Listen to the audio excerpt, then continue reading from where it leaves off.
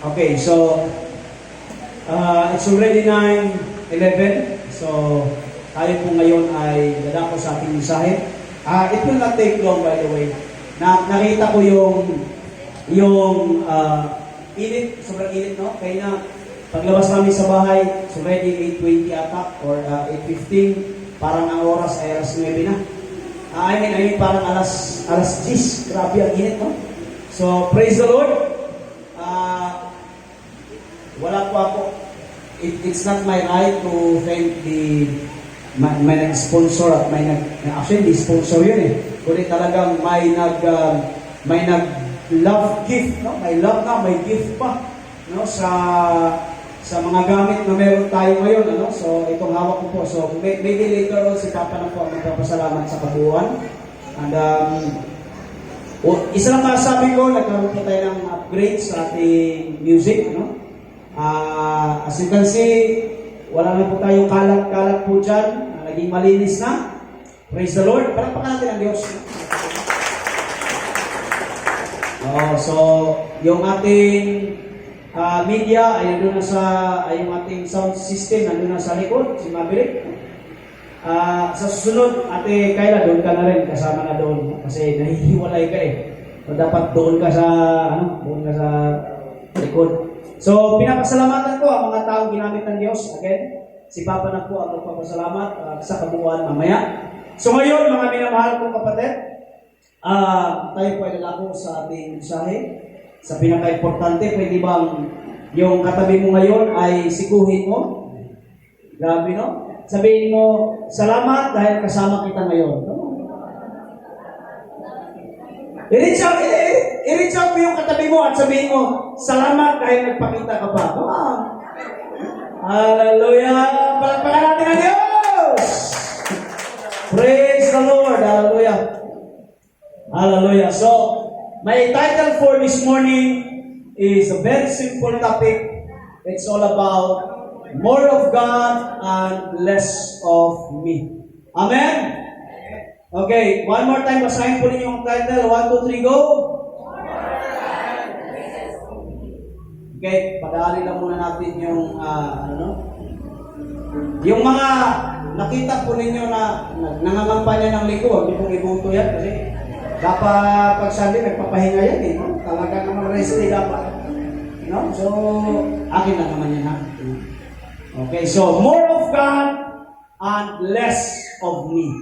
Mas marami ang sa Diyos at mas mababa at mas konti sa akin. Sige, in John chapter 3 verse 30, it says, He must increase, but I must decrease. Let us memorize this Bible verse. Napaka-iksi, pero napaka-mahulugan. Ano? So, let us read sabay-sabay. John chapter 3 verse 30. 1, 2, 3, go! He must. Okay, yung katabi mo, tapikin mo, sabihin mo, God will increase, I will decrease. 1, 2, 3, go! God will increase, I must decrease. Let us pray. Father, we thank you sa tulong ng Banal na Espiritu. Help us, Panginoon God, really to cultivate your words na kami ay nagkatipon-tipon, O God, sa lugar na ito for your goodness, for your name's sake. Jesus, we glorify you in this place. Ikaw ang superstar. Ikaw ang hari, Panginoon God. Help me, O Diyos, really, O God, to deliver your word in these people, O God. Pagpalain niyo po, O Diyos, ang bawat kapatiran. Pagpalain niyo po, O Diyos, ang bawat nandito at nakikinig, O Diyos. Basbasan niyo yung mga salita, Panginoon God. As we learn, it's all about more of you, Lord, and less of me. Salamat, Panginoon God. This is my prayer in the name of our Lord Jesus. Amen and amen. Palakpakan natin ang Diyos. In a little bit context, John the Baptist was baptizing that time. Si Juan Bautismo ay nagbabautismo na sa tubig sa panahon na yan. At alam nyo, kapag binasa nyo ang John chapter 3, makikita natin that Jesus Christ also was baptizing. So, si Jesus Christ ay nagbabautismo. So, sa ibang ibayo, si Jesus nagbabautismo, sa ibang ibayo naman, si Juan Bautista ay, nagbabautismo din. So that time, hindi lang si Jesus ang may followers, kundi ang may followers sa Facebook, hallelujah, wala iba kundi si John the Baptist. Si John the Baptist din may followers. So itong mga followers si John the Baptist, lumapit kay John, sabi niya, John,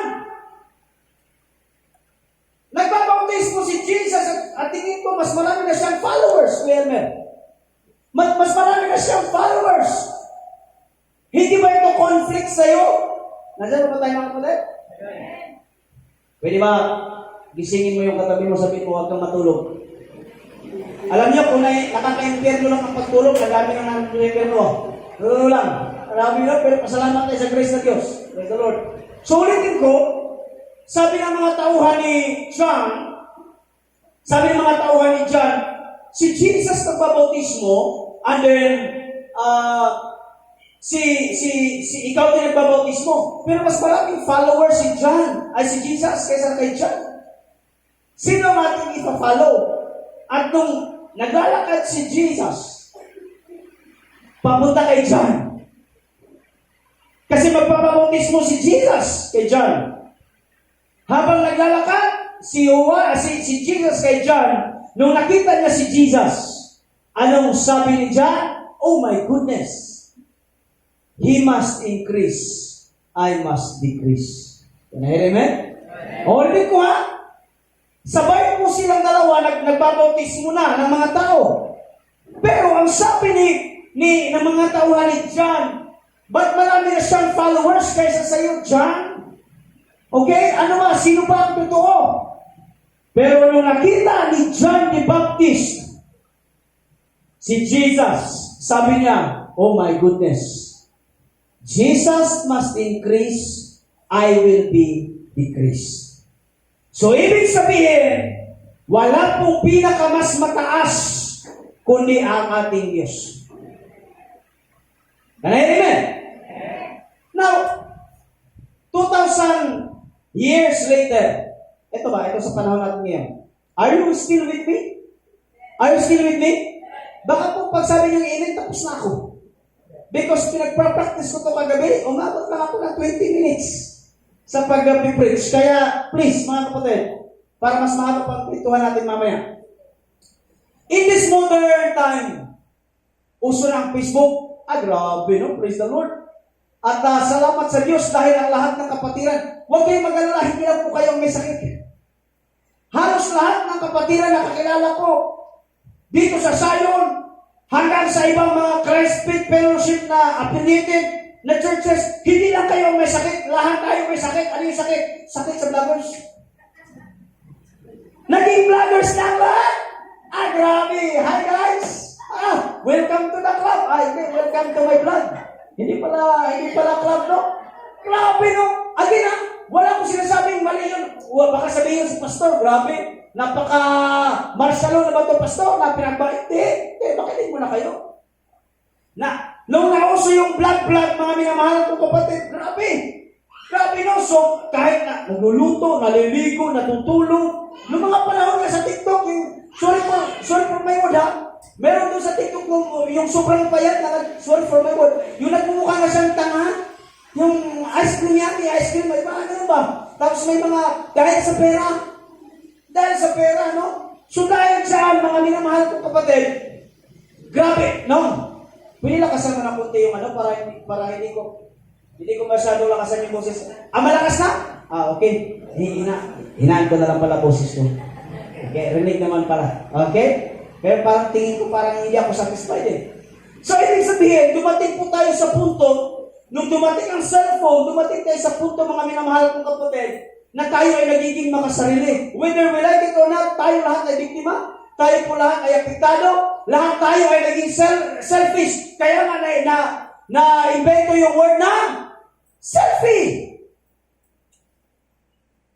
Paano ka naging selfie? May kasal. Hindi mo kasal. Pero nagpa-picture ka sa kasal. Sinend sa'yo yung mga picture sa kasal. Anong sabi mo? Ano ba yan? Bakit ang papangit? Kasi pangit ka dun sa picture eh. Hindi. Kasi pangit ka doon sa picture, maganda yung ikinasal, pangit ka doon, hindi ko alam bakit pangit ka doon. Basta pangit ka doon, sasabihin mo, ano ba yan? Ang pangit pero hindi mo kasal. Supposedly, it's not for you, it's for them. But because selfish ka, ang tinitingnan mo, walang iba kundi ang sarili mo. O can I say amen? Oh, ganun yan eh. My birthday, pinakain ka lang, imbitado ka. Pa, mga membro mo pa, oh? Ha? Birthday, inimbita ka lang. Inimbita ka lang. Pakinggan mo katabi mo, sabi mo, inimbita ka lang. Tapos ikaw pa naghanap ng lupya. Tapos pag ano, parang may sasabihin ka pa, parang iba lasa. Bakit mabakla? See? We become selfish. What? No. Hello? Are you still with me? Again ha, I am not trying to debunk, I'm not trying to, sa inyo na, itigil yung pag-vlog. Go ahead. Walang problema yan. Pero sa modern time, people become selfish. Kaya amen? Ang lagi natin tinitin is, where is my portion? Paano yung para sa akin? And sad to say, in a church settings, we become selfish. Kahit sa simbahan. Because ang akala natin, pag nag-church ka, Lord, anong ibibigay mo sa akin? Ano ang ibibigay sa akin? Ano ang para sa akin? Kung hindi na pagbigyan, hindi nagsamba.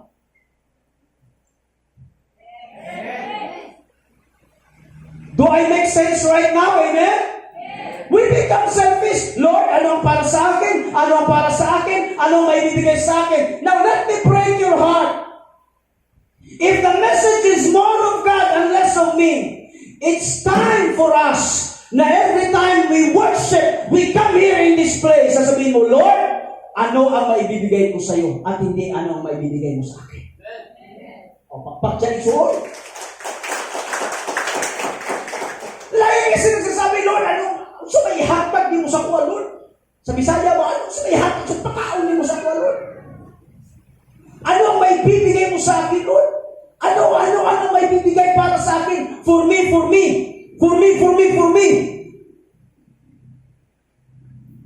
Kahit kapag punta dito sa simbahan, lagi kang sinasabi, ano kaya ang magandang suotin? See?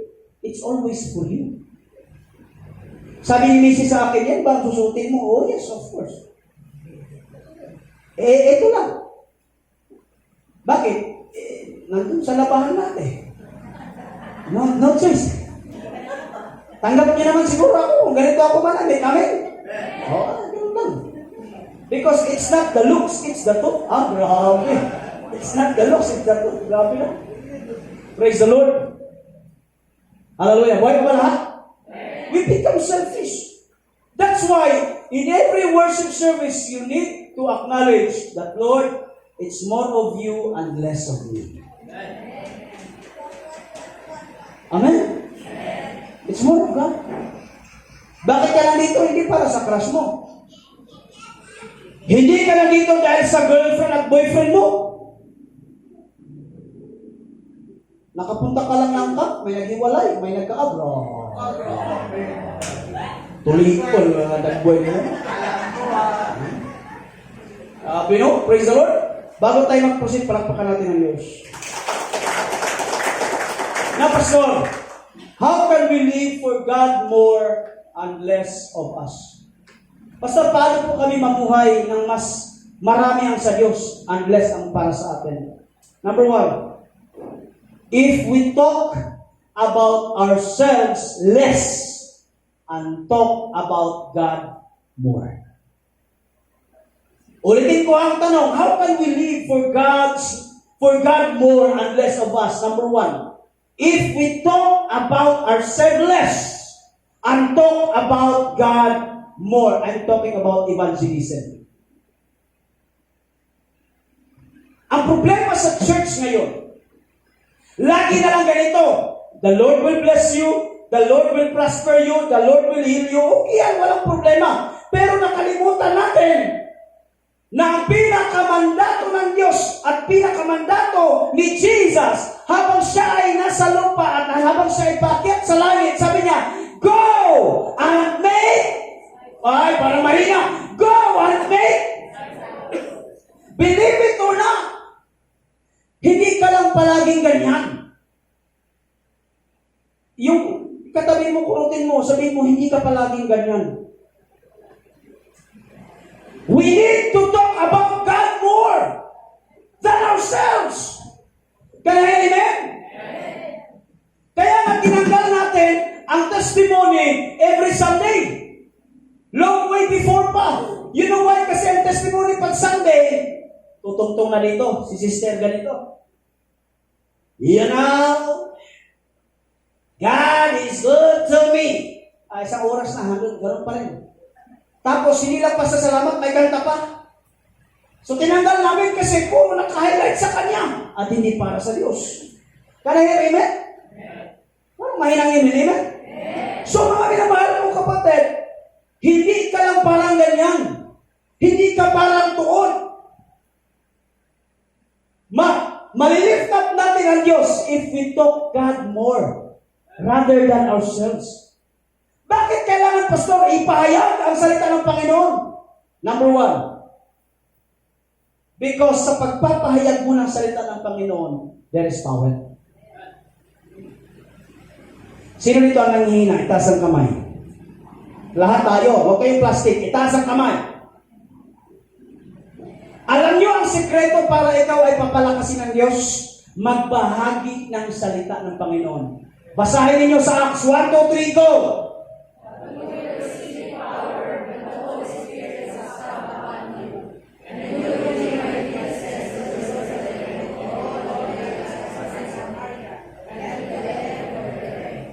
And you will receive, everybody say with me, power. You will receive power when the Holy Spirit has come sa buhay mo, and you will be, you know the word witnesses? And you will be my witnesses. Ikaw po yung tagapagsalita ng banal na Espiritu, ang ni Jesus, sa tulong at kapangyarihan ng banal na Espiritu. Ang nakalagay, and you will be my witnesses in Jerusalem, Judea, Samaria, and to the ends of the earth. The problem is this. We become what? Powerless because you do not proclaim the gospel. Bakit hindi ka nagsishare ng gospel? Kasi nga, selfish ka. Tamaan na natin ang tamaan. On the first, ilang taon tayo sinakop ng mga Kastila? Sige nga, history tayo. 300 years, very good. On the 300 years, that's why there's a there's a professor nagtanong, bakit ganito ang Pilipinas? Bakit ganito ang Pilipinas? Why? Ang answer po ng isang professor is, because we lost our identity. Why? 300 years sa Spanish. Ilang taon sa Japan? Hindi ko na alam. Ilang taon sa Amerika? Hindi ko na alam. Kaya tingnan nyo ngayon, may pagka-Espanyol ang ugali. May pagka-Hapon ang ugali. Ano pa sunod? May pagka-Amerikano ang ugali. Kanahin, amen? Wala tayong sariling identity. Wala. Biruin nyo 300 years. Pananakop ng Espanyol sa Pilipinas. Ang dami nilang kultura na naiwan sa atin. Kanahin, amen? Hanggang ngayon, may mga, kahit ang words natin, may mga Espanyol. Pastor, anong connect? On the first 300 years of Christianity, my goodness, nung si Jesus ay nag-ascend sa langit, on the first 300 years, yung pagiging born again nila, Kuya Ercel Jr., Kuya, hindi yun parang sitting pretty na katulad natin. Because on that first 300 years, ang kanilang sinasagupa at itatak, puro paghihirap. Kayo, nakaupo lang kayo dyan eh. Nag-aantay lang kayo ng word of God eh. Pero sa kanila, despite na may persecution, okay lang, itali niyo ako, balatan niyo ako ng buhay, patayin niyo ako. I will proclaim the good news. Amen. And because of that 300 years, yung natatamasa natin ngayon, na ganito kaluwag, ganito kalaya na pagpupuri, produkto yan ng mga dugo ng mga martir sa unang panahon. Amen? Palakpakan niyo ang Diyos. Why? Because ang kanilang desire is habang sila ay naglilingkod sa Diyos, habang sila ay nagsishare, there is power. Pastor, paano mag-share ng Word of God? Kung saan ka, doon ka gagamitin ng Diyos. If you are BPOs, sa BPO ka mag-share ng gospel. Tinuruan kayo ni Nanay Ina. Napaka-basic, tinuturuan namin kayo. Romans 6:23, Romans chapter 3 verse 10, Romans 3:23. Paulit-ulit yan. John 3:16, for God so loved the world. Why? Mga minamahal ko kapatid, buhay ko ba lahat? Pwede ba yung nasa likod mo, sabihin mo, huwag kang selfish? Huh? Sabihin mo, i-share mo ang Word of God.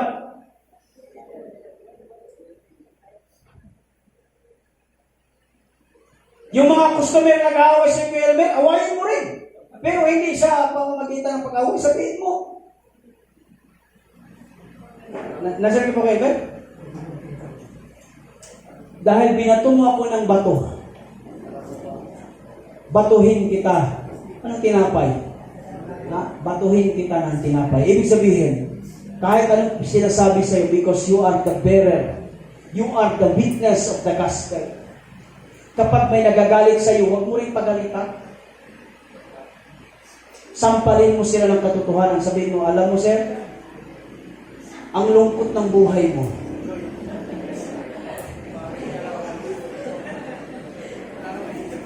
Subukan mo yun bukas, Kelmer. Hindi!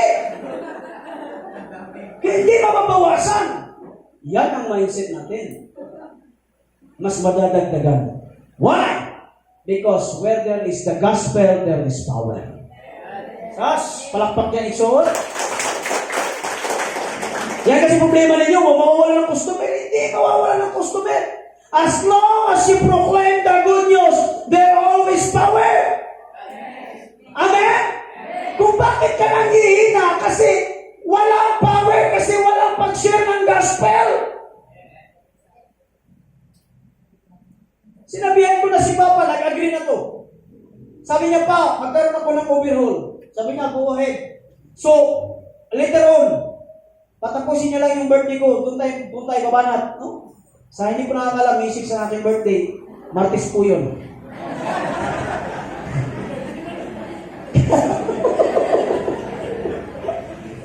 Baka naman, ano? Okay, praise the Lord, there is power. May 6 Martes. Baka makalimutan, nakalive tayo? Okay. Sige. Next slide. Maliban sa power, mga kapatid, maliban sa power, the moment we proclaim the good news, the kirigma is the Greek word. Nagkakaroon tayo what? Fearless and shameless. Oo. Pastor, natatakot ako. Yung sabi, Pastor, natatakot ako mag-share ng gospel. Yawa yun. Si Yawa yun. Sa mga suligaw ng Jawa yun. Jawa yun. Yung sabi nga, hawa. Huwag mo i-share. Because ang totoo na kinasihan ng banal na spirito, hindi nahihiya na mag-share ng gospel. O kayo magbasa, medyo pause na ako. 1, 2, 3, go. 1 Corinthians 1:18, go!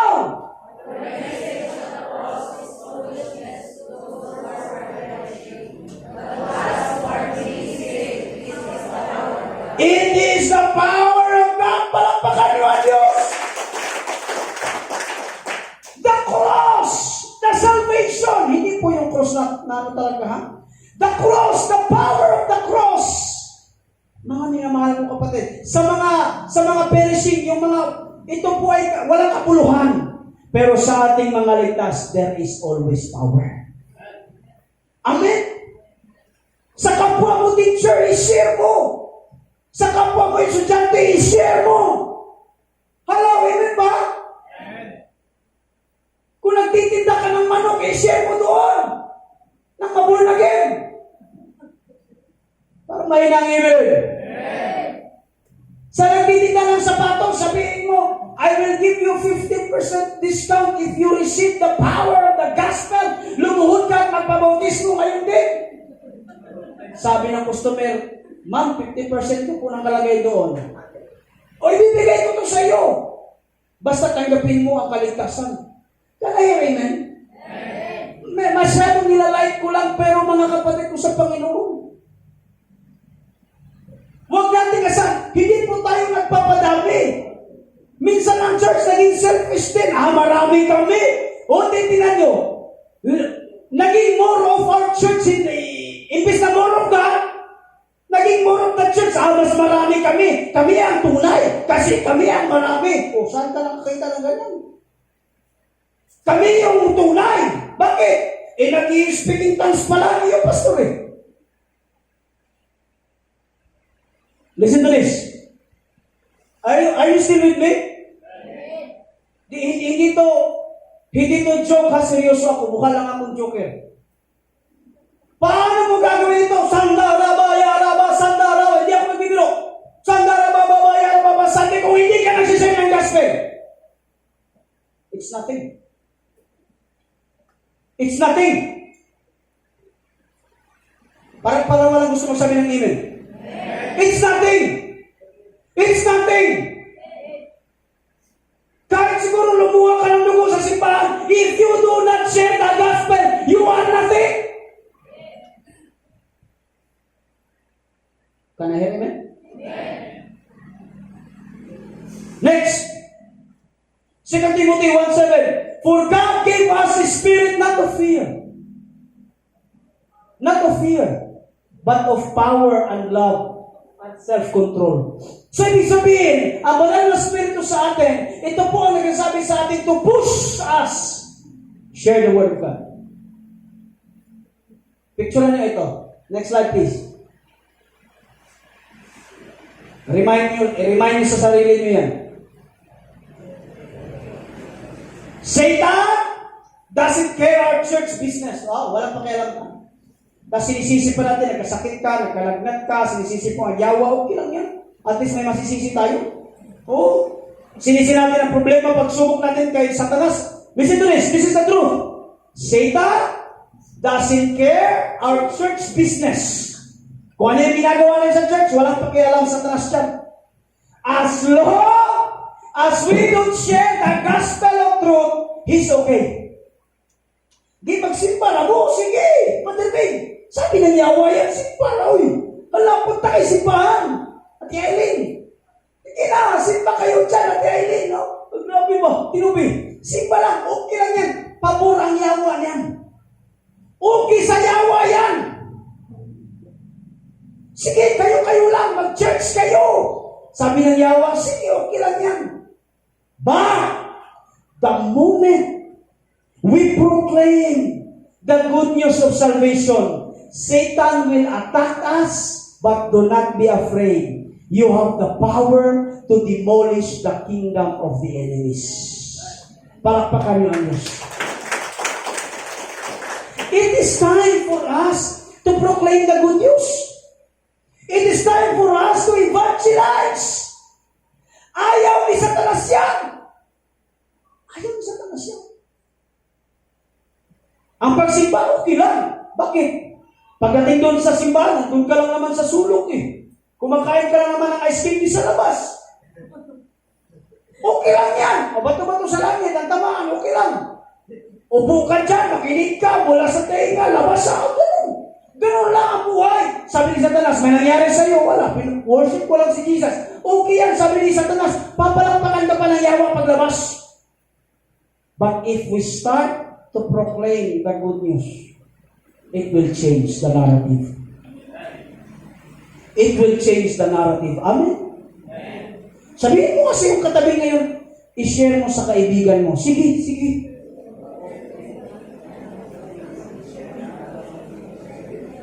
If you have the power to unlock sa pagkamahal Marites, gamitin nyo yan sa gospel. Nagmamarites nga kayo habang nagkukutkot kayo ng kuko. Hindi ikaw yun, Ate Beth, ha? Wala, ikaw lang naman kasi nagkukutkot dito. Habang nagtatahi, may pinag-uusapan kayo na out of nowhere, out of the blue, bigla na pinag-uusapan. Nakita mo yung damit ni ano? Di ba parang gano'n? Nakita mo yung damit ni Pastor? Gano'n, di ba?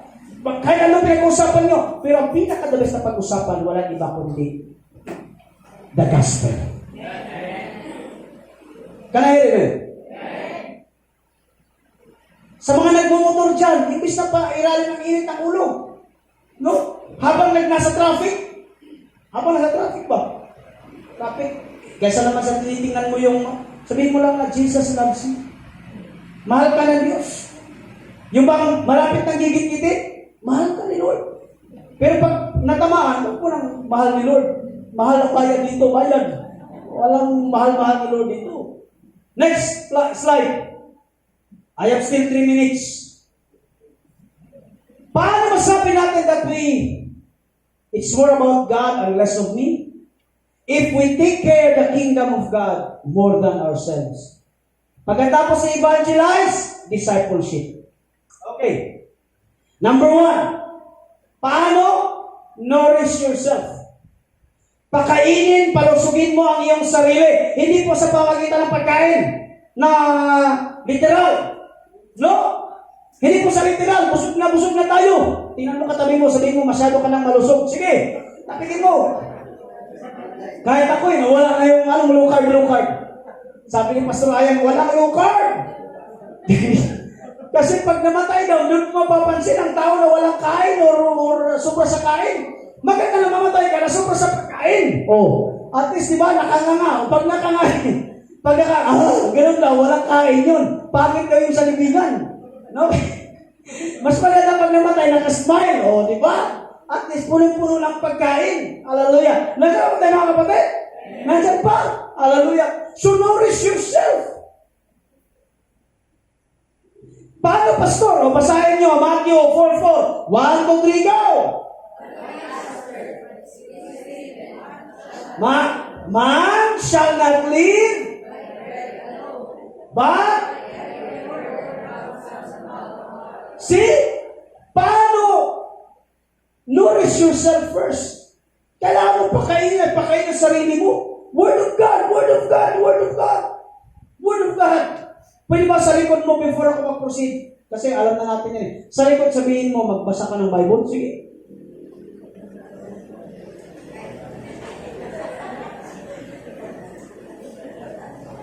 Asahan ko sa mga vloggers nating kapatiran, wala pa talaga, bigyan ko kayo ng tip. Kung nagluluto ka, maraming viewers. Gusto niyo ba na mas maparami pang viewers ninyo? Napakadali. Sabi ko sa inyo. Mag-devotion kayo. Cellphone, kuha kayo ng Bible. Diba sabi ko sa inyo, walang manonood.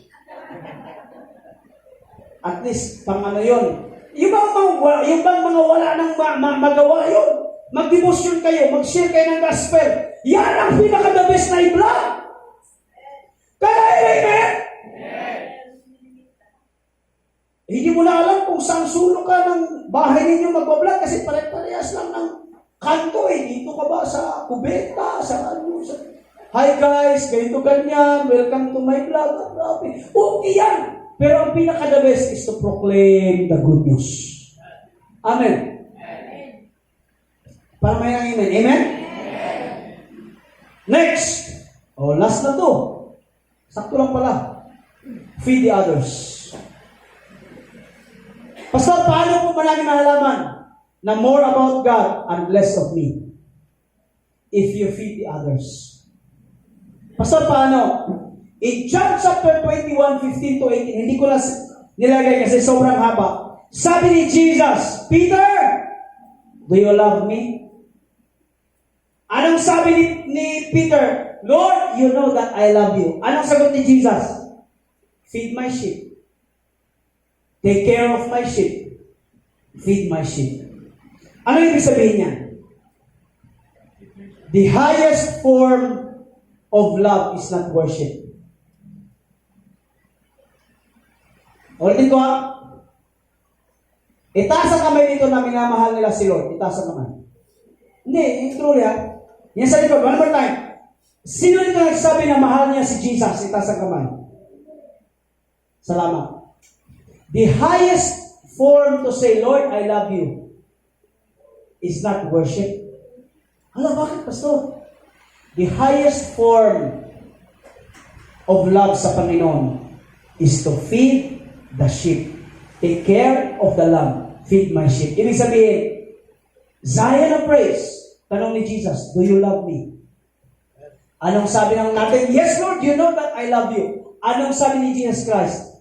Feed my sheep. Ibig sabihin, alagaan mo ang tupa. Sino po dito ang may mga kaibigan? This is my part of my overhauling. Itaas ang kamay ng may mga kaibigan! Okay. Baba. Itaas ang kaibigan na wala pa kay Jesus. May mga kaibigan na wala pa kay Jesus. Marami. May gagawin tayo. Please bear with me. You will be the one to reach them out. At may gagawin ka. Anong gagawin natin? It's all about life group. Last slide. Can you please read? Picturean nyo. 1, 2, 3, go! Without Jesus. Sabay-sabay. 1, 2, 3, go! Without Jesus. Life group without Jesus has no life. It's a group, but dead. Yung pagsama-sama ng grupo ninyo, kung wala si Jesus, walang buhay yan. Kaya amen? Before ako magtapos, tapos na agad, Pastor, yes. Can you please touch someone at sabihin mo sa iyong katabi, it's time to share Jesus. Come on. Sa likod, sabihin mo, it's time to proclaim Jesus.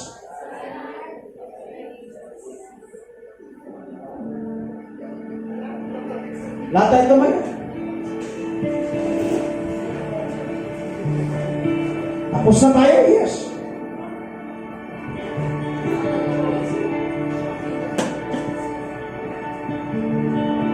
Sino dito sa inyo